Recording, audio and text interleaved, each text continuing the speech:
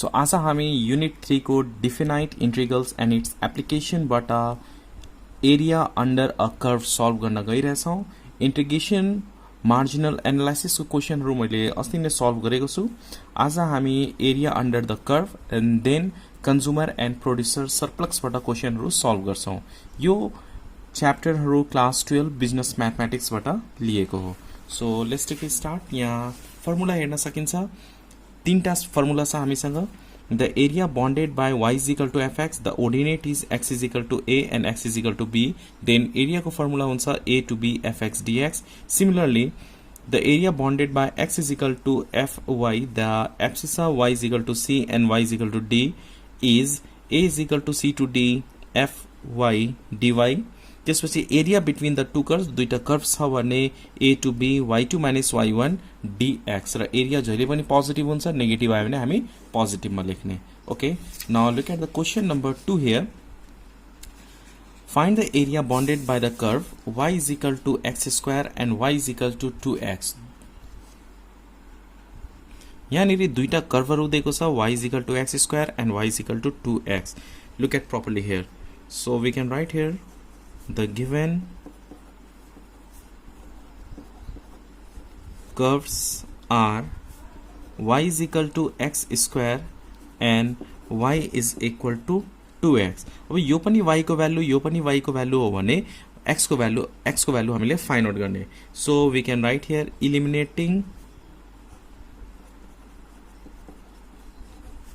eliminating y between the given equations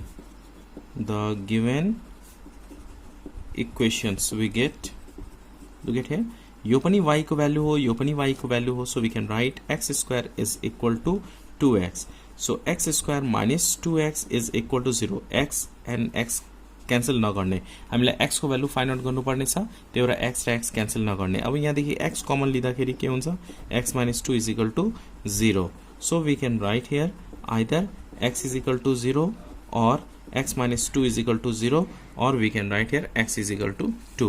So दुईटा ओर्डिनेटहरु आएको छ, x is equal to 0, x is equal to 2. Now we have to find out required area. So we can write here the required area is equal to, अब यहाँ हेर्न सकिन्छ हामीसँग दुईटा curve छ भने फर्मुला के हुन्छ, a to b y2 minus y1 dx। अब दुईटा इक्वेसन छ यहाँनिर y को, एउटा y1 भन्ने, अर्को कुन भन्ने y2 भन्ने। So here we can write here 0 to 2, x को भ्यालु यहाँ लेख्ने 0 to 2 y1 minus y2 dx। Okay, integration 0 to 2 y1 is equal to हामी यहाँनिर 2x लाई राखौं, यो y1 यो y2 जुन राख्दा पनि हुन्छ। एउटा पोजिटिभ र पोजिटिभ नै आउनु पर्छ, नेगेटिभ आयो भने त्यसलाई हामी के भन्ने, area never be negative and then we have to write on positive. So we can write here 2x minus y2 भनेको x स्क्वायर राख्ने, so x square at last we have to write on dx। अब यसको integration गर्ने, 2x को integration 2 को 2 हुन्छ, x को integration के हुन्छ, x square divided by 2 minus x square को इंटीग्रेशन हुन्छ x power 3 divided by 3 up to 0 to 2, 2 to cancel.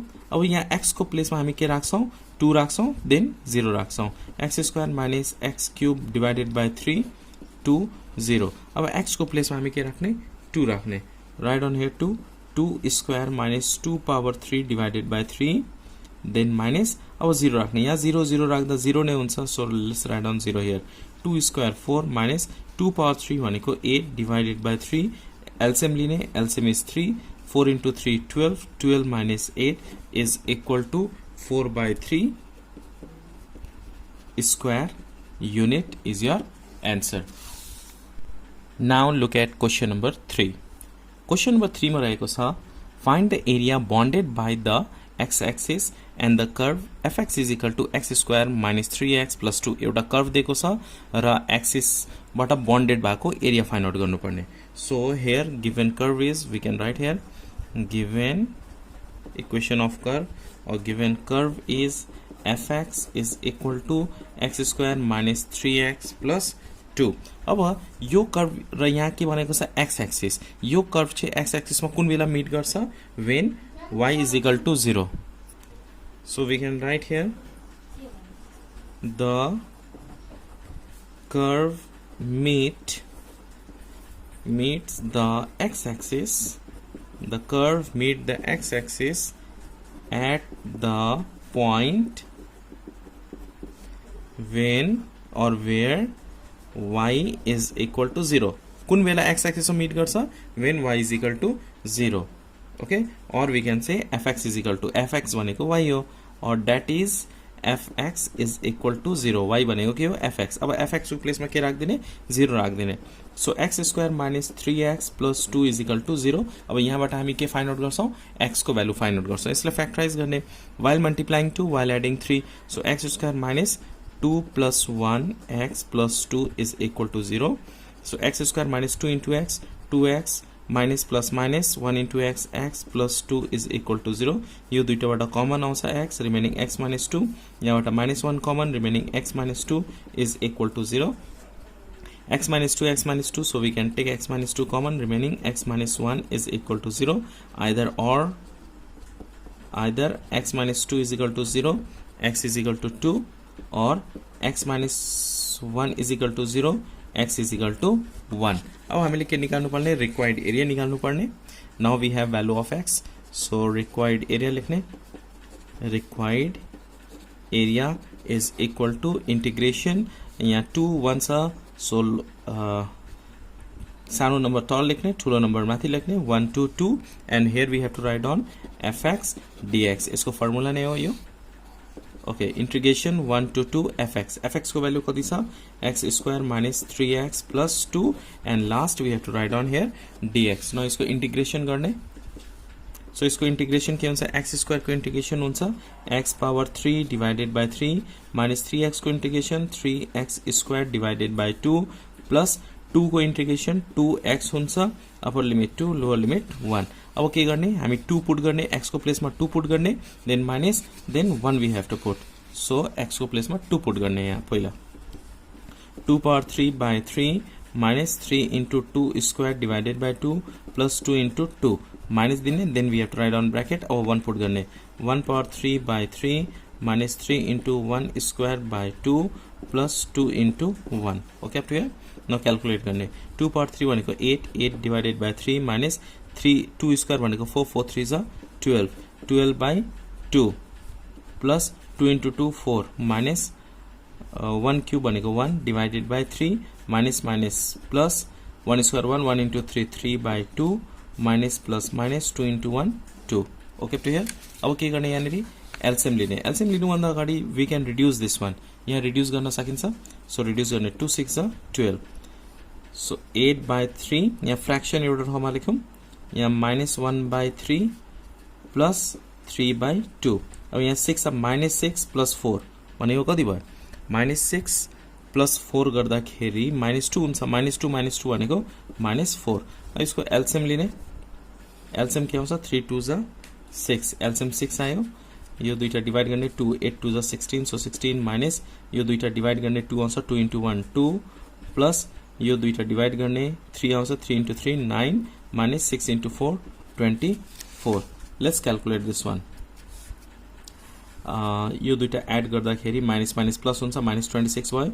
यो दुईटा एड गर्ने 16 plus 9 16 plus 9 कति हुन्छ. अब 16 plus 9 भनेको 24 25 भयो. सो 25 minus 26 भनेपछि -1 आइरहेछ. -1 by 6 इज इक्वल टु अब नेगेटिभमा आएको छ. So we can write here 1 by 6 square unit, किनभने एरिया कहिले पनि नेगेटिभ हुँदैन. ओके, नेगेटिभ आएको छ भने पोजिटिभ लेख्ने. Now look at question number 4. Question number 4 मा रहेको छ find the area bounded by the curve x square minus 5x plus 6 is equal to y and the x axis of the coordinates. यो पनि same question हो, 3 जस्तै नै हो. Number 4 पनि. So here given equation of curve or given curve is y is equal to के दिएको छ x square minus 5x plus 6. अब यो कर्भ x एक्सिस मा कुन बेला मिट गर्छ when y is equal to 0. y भनेको fx पनि हो when y is equal to 0. so we can write down here the curve y is equal to x square minus 5x plus 6 meets the x-axis at the point where y is equal to 0. यो curve x एक्समा कुन बेला meet गर्छ when y is equal to 0. y is equal to 0 हुँदाखेरि meet गर्छ. अब y को प्लेसमा के राख्ने 0 राख्ने. So x square minus 5x plus 6 is equal to 0. यहाँबाट के फाइन्ड आउट गर्ने x को भ्यालु फाइन्ड आउट गर्ने. मल्टिप्लाई गर्दा 6 एड गर्दा 5 यस्तो खालको हामी नम्बर चाहियो. मल्टिप्लाई गर्दा 6 होस् एड गर्दा 5. So x square minus 3 plus 2 हुन्छ. So 3 plus 2x plus 6 is equal to 0. So x square minus 3 into x 3x minus plus minus 2 into x 2x plus 6 is equal to 0. यहाँबाट x common लिने यहाँबाट 2 common लिने. x common लिँदा के हुन्छ x minus 3 हुन्छ. Minus 2 common लिँदाखेरि के हुन्छ x.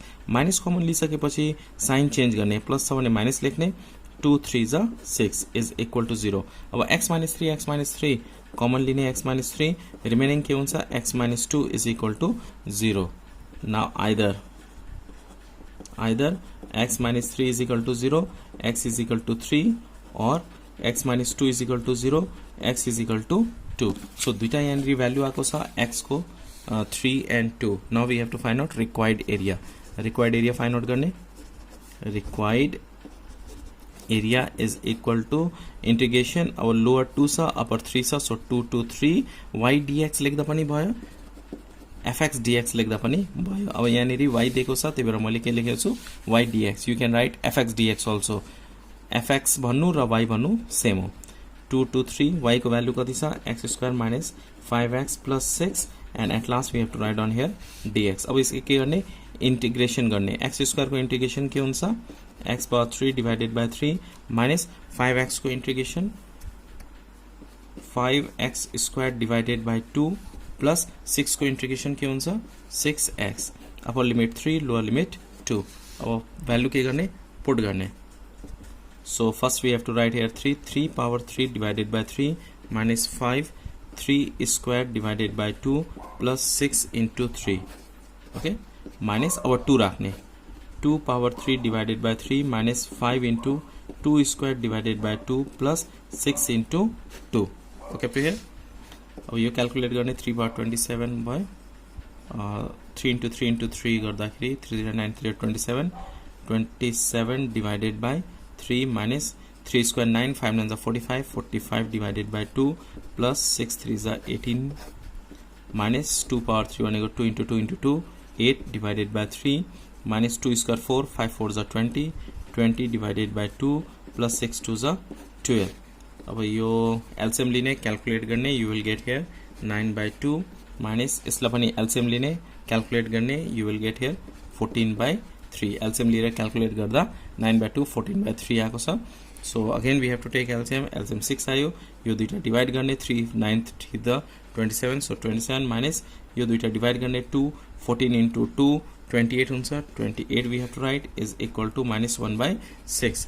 एरिया कहिले पनि नेगेटिभ हुँदैन. You can write here area never be negative. So required area is